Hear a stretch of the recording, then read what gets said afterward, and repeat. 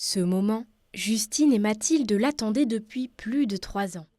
Après avoir défriché ce demi-hectare de parcelle puis travaillé la terre, ces deux sœurs ont pu planter ce vendredi les premiers plants de mondeuse noire, cépage endémique de la Savoie. On est en train de faire, en fonction des marquettes, un trou par petite marquette et après on va planter le plant.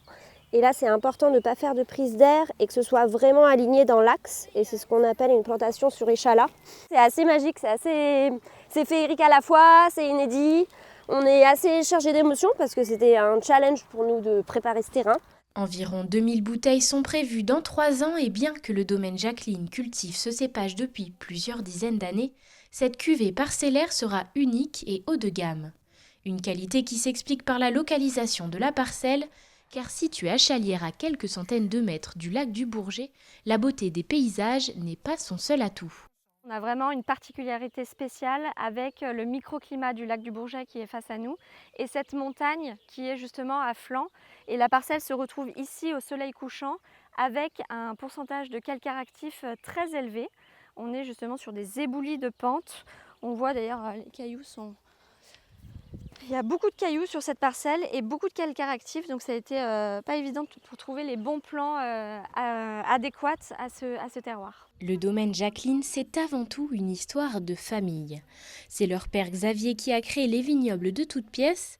Justine et Mathilde se sont ensuite jointes à lui et aujourd'hui, ils ont au total 7 hectares de vignes. Une surface qui permet à cette exploitation familiale de miser sur la qualité. Les vendanges sont manuelles, les vins sont certifiés en agriculture biologique et la permaculture est favorisée. La famille a donc porté une attention toute particulière à la qualité des sols. On a semé pendant 2 à 3 ans de l'avoine, des navets et de la vesse.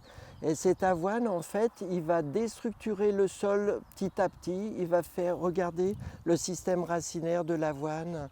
En fait, avec les micro-racines, il déstructure le sol naturellement et il affine la terre pour arriver à une terre en poudre comme ça, qui est parfaite pour la culture de la vigne.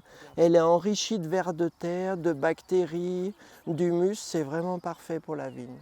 Les vins seront ensuite élaborés dans une cave centenaire à Aix-les-Bains. Des portes ouvertes y sont d'ailleurs organisées les 20 et 21 avril prochains.